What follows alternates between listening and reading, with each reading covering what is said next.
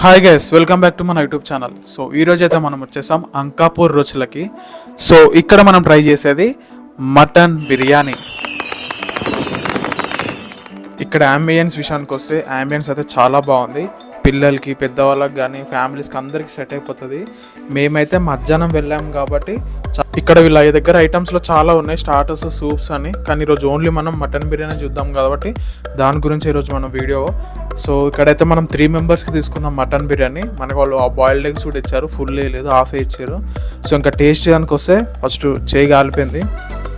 So ఇప్పుడు okay, taste విషయానికి వస్తే చాలామంది చాలా రకాలుగా చేస్తారు బిర్యానీ. ప్రతి రెస్టారెంట్లో డిఫరెంట్గా ఉంటుంది, కానీ ఇది కూడా చాలా బాగుందన్నమాట.